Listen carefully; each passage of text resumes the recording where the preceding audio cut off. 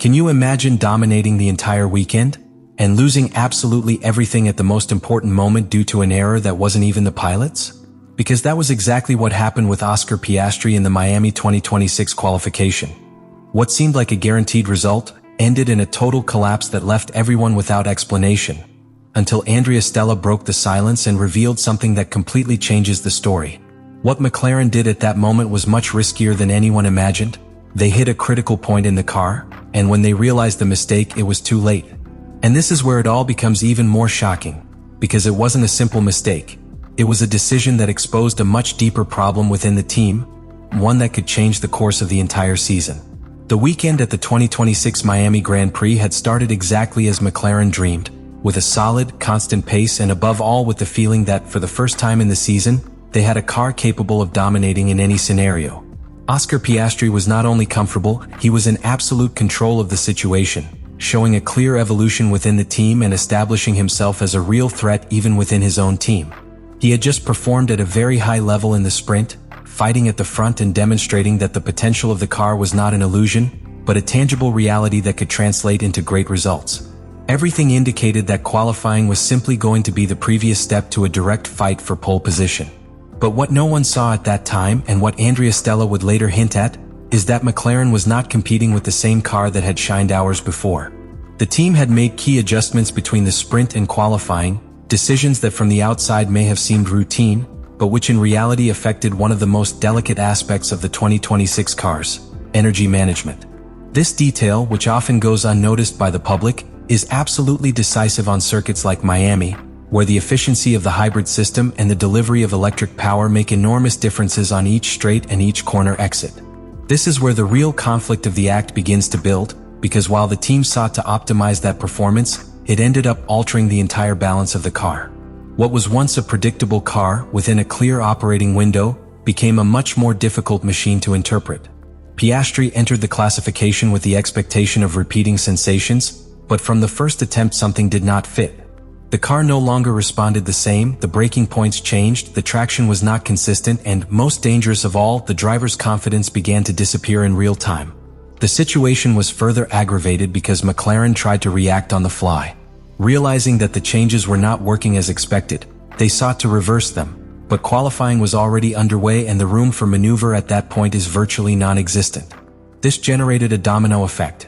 Each late adjustment came without sufficient validation. Each outing on the track was a new attempt to understand a car that no longer had a clear reference, and each lap increased the pressure on Piastri, who not only had to find time, but also rebuild his confidence corner by corner. The most critical thing about this moment is that the problem was not visible from the outside. To the viewer, it might simply seem like pilot error or poor execution, but internally the scenario was much more complex. Piastri was facing a car that had completely left its optimal performance window, something especially serious in the new generation of Formula One, where the margins are extremely tight and any deviation translates into massive losses of time. In this context, even a small slip turns into a huge mistake, and that's exactly what started happening. Thus, what began as a perfect weekend began to slowly fall apart, almost without anyone realizing at the exact moment everything changed. McLaren had the pace, it had the potential, but it had crossed a very dangerous line. That of trying to extract more performance from the car without fully understanding its limits. And at that point, with the standings advancing and the pressure mounting, the stage was already set for the collapse that would follow. As qualifying progressed in Miami, what was happening with Oscar Piastri was no longer a simple loss of specific performance, it was a progressive collapse that was building lap after lap, attempt after attempt, and the most worrying thing is that neither the driver nor the team had a clear answer at that moment. This is where the story enters its most critical point, because Andrea Stella suggests that McLaren was operating practically blind with a car that had changed too much in a very short time, a car that no longer responded to the references they had built throughout the weekend. Q3 then becomes the perfect scenario for everything to fall apart. Piastri reaches that point with maximum pressure, knowing that he has the potential to be in the fight for pole, but with a completely different feeling in the car. Each curve begins to require more corrections. Each braking loses consistency, and the most delicate thing of all is that confidence disappears just at the moment where you need absolute precision. In today's Formula One, especially with the 2026 cars, there is no room to improvise. You are either inside the perfect window or completely outside it, and Piastri was clearly in the worst possible scenario. It is at this point where one of the most decisive moments of the entire session occurs, when on his second attempt in Q3 he makes a major mistake on the track. But what is really relevant is not the error itself, but the context that causes it.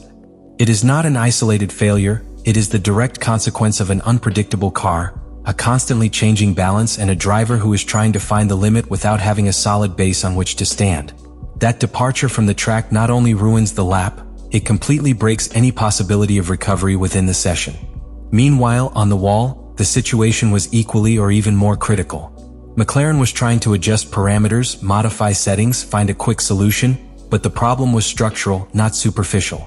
As Stella shows, the team had altered very sensitive aspects of the car, and those changes could not be corrected in a matter of minutes. Each decision they made arrived late or did not have the expected impact, generating a feeling of lack of control that was transferred directly to the pilot on the track. This is where the drama reaches its highest point, because the contrast with what the weekend had been up to that point is brutal. Piastri goes from being one of the strongest drivers, with the pace to fight for everything, to being completely out of the fight at the key moment. And this is what really impacts everyone within the paddock.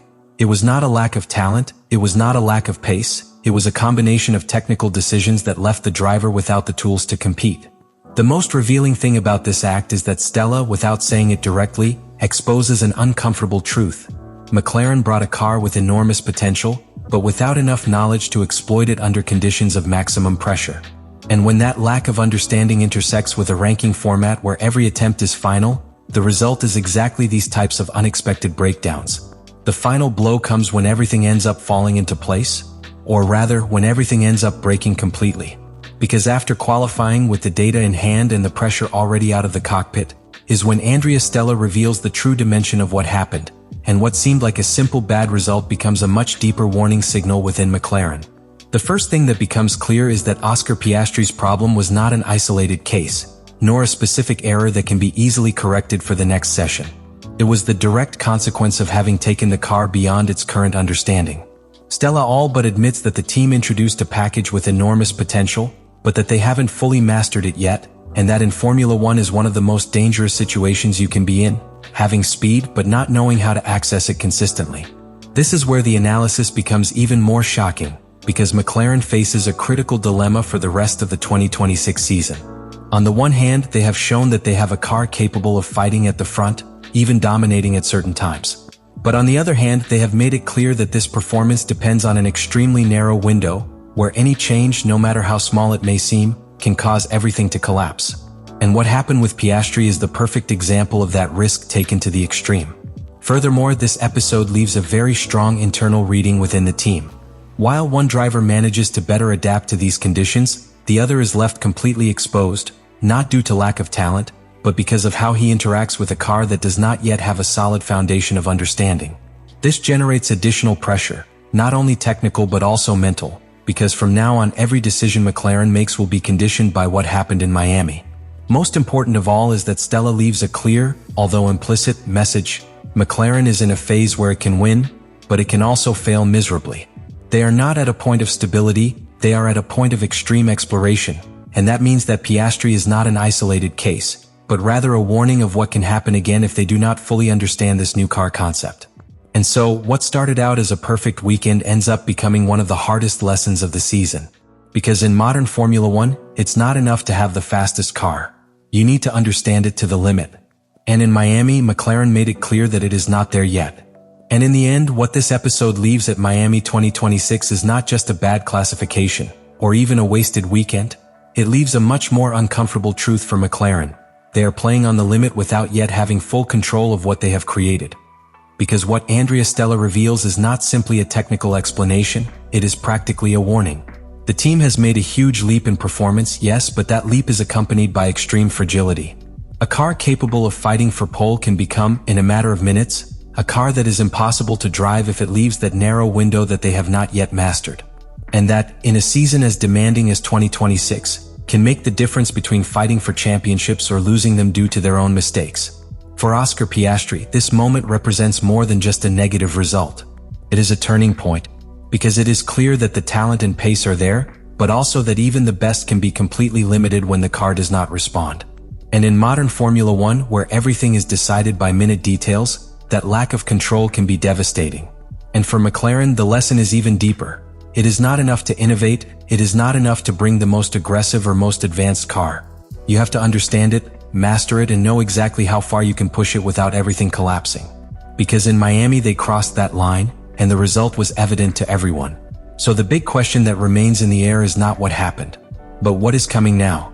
Can McLaren find that balance before these types of mistakes are repeated? Or are we seeing just the first of several collapses in a season where potential and risk go hand in hand? Let me know in the comments what you think about all this.